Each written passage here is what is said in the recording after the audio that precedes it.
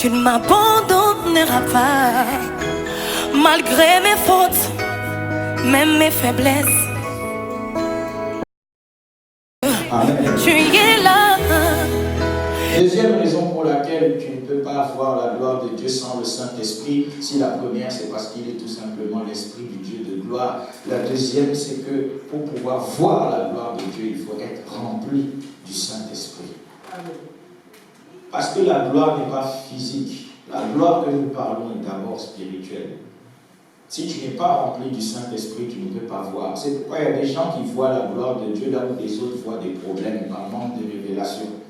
Vous savez, devant un défi, il y a ceux qui voient le défi, mais il y a ceux qui voient la gloire de Dieu derrière ce défi. Il y a des gens qui voient comme Josué, comme Caleb, comme David, mais il y a des gens qui voient comme les autres espions, qui voient seulement le défi. Là, il y a un géant devant nous. Mais ceux qui sont des hommes de révélation remplis du Saint-Esprit, ils voient que ce géant, ce n'est juste qu'un accès vers leur niveau de gloire. Amen. David, homme de révélation, dans 1 Samuel chapitre 17, l'histoire de David contre Goliath. Vous pourrez, si vous voulez, relire le chapitre en entier. On nous dit un géant,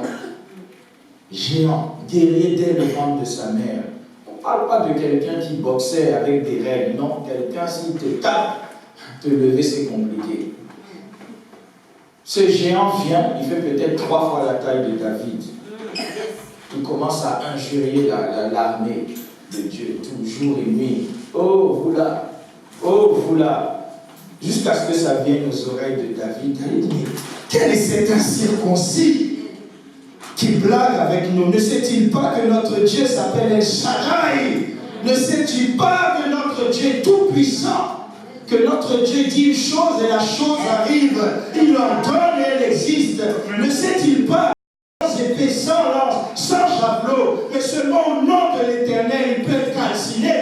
Quel est cet incirconcis? David est allé avec la révélation, là où les gens allaient avec la connaissance humaine. La connaissance humaine, cette maladie est terrible, la révélation, mon Dieu s'appelle Jéhovah Rapha. La connaissance humaine, les temps sont difficiles, j'ai regardé le JT de TF1, mais la parole de révélation te dit, dites au juste que tout va bien. Amen. La révélation. David avait la révélation. Il savait cet homme m'injurie. Mais il ne sait pas quel est le grand Dieu qui est dans mon petit corps. Il a dit quel est cet incirconcis, à tel point que ses frères Cosmo dit, oh toi là, tais-toi, on connaît ton orgueil. J'ai toujours dit un homme de révélation, les ignorants vont le traiter d'orgueilleux. Quand tu es un homme de révélation et que tu parles de ta révélation aux gens qui ne l'ont pas, on va t'accuser d'être orgueilleux.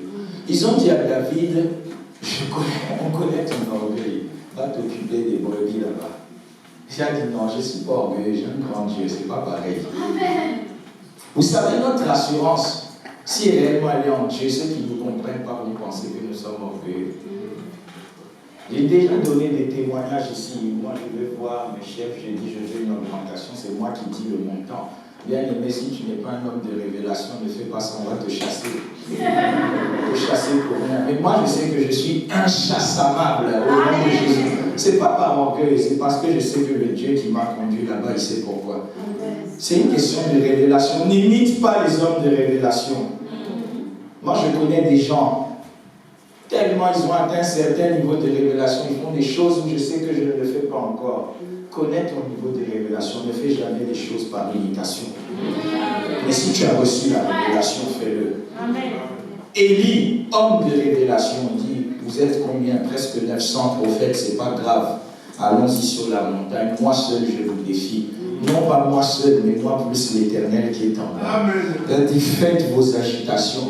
On verra le Dieu qui répond par le feu. C'est celui-là qui sera Dieu. Bien aimé, c'est la révélation. Il n'y avait aucun autre verset dans la Bible avant lui. Il n'y avait même pas de Bible pour commencer. En ce temps-là, il n'avait même pas une parole à quoi s'accrocher. Non, il est écrit que si tu pries de telle manière, le feu descendra. Ces révélations sont venues après, mais lui l'a reçu avant. Un homme de révélation voit en 2019 ce que les autres comprendront en 2030. Ça sera ton cas au nom de Jésus-Christ.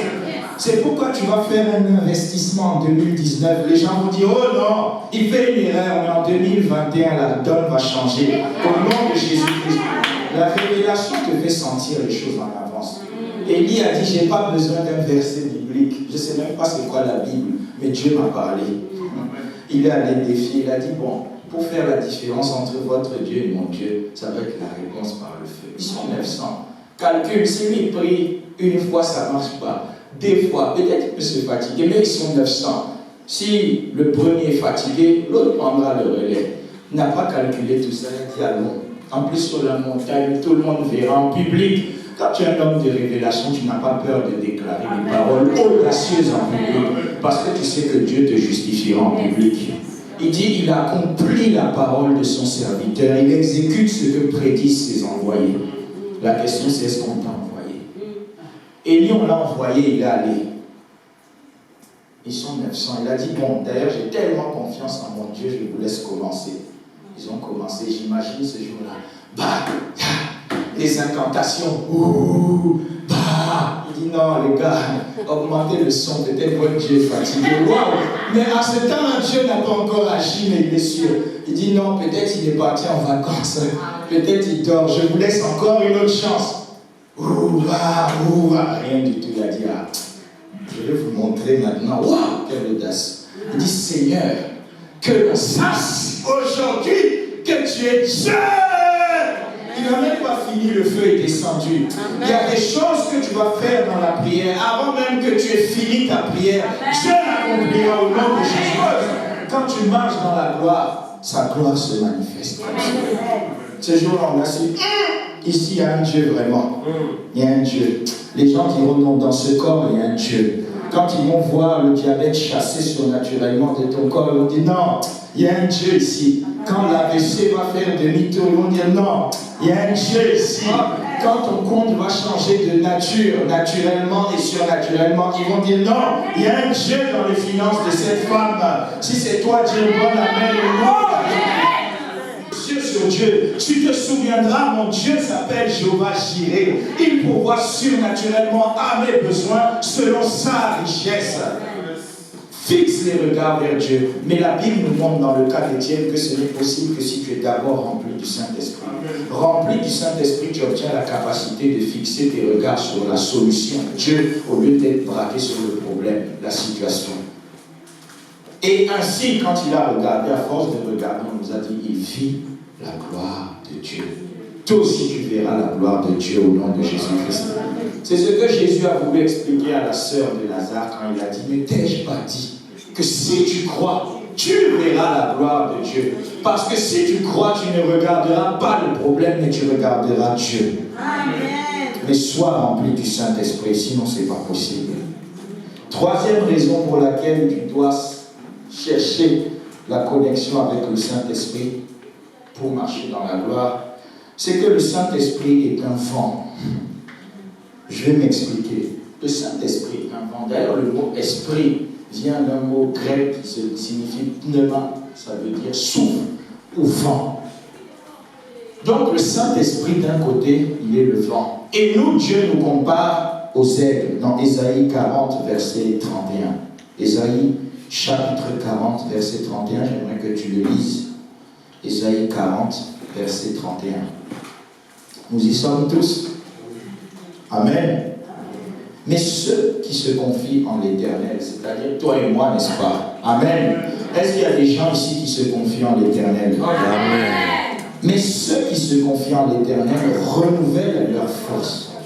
Ils prennent le vol comme les aigles. Ils courent et ne se lassent point. Ils marchent et ne se fatiguent point. Je me pose ici pour te dire un truc important. Dieu aime nous comparer aux aigles. Dieu qui est le vent, le Saint-Esprit, le vent de souffle, nous compare aux aigles. Cela veut dire que Dieu est en train d'attirer notre attention sur un point. La relation que l'aigle a avec le vent, c'est celle-là que Dieu voudrait qu'on ait avec le Saint-Esprit. Il y a des gens de révélation ici qui n'ont même pas de fini. Ils ont compris. Waouh, que Dieu vous bénisse. Pour ceux qui n'ont pas compris, observez l'aigle. La Bible dit la nature ne nous enseigne-t-elle pas. Dieu a placé des choses naturelles pour nous éduquer spirituellement. L'aigle, contrairement aux autres oiseaux, il aime le vent. Le vent, il étouffe les autres. Il les fait tomber. Mais l'aigle, quand il y a le vent, il déploie ses ailes. Et la force du vent le transporte. Ainsi, ça doit être toi et moi avec le Saint-Esprit. Tu dois te laisser transporter par le Saint-Esprit. Même quand tu affronteras une tempête humaine, tu dois te souvenir, non, moi je marche avec la tempête céleste. Amen. Je n'ai plus qu'à déployer mes ailes. Si mes ailes résistent au vent du Saint-Esprit, quel est le vent du monde que mes ailes ne peuvent pas supporter? Au contraire, l'aigle, le vent le porte plus haut. Quand il y a le vent, l'aigle est content parce qu'il reconnaît que c'est son environnement. Le Saint-Esprit, c'est notre vent pour nous propulser, pour nous donner de la vitesse. Comme il dit, ils prennent leur envol. Leur envol. Le Saint-Esprit nous donne l'envol.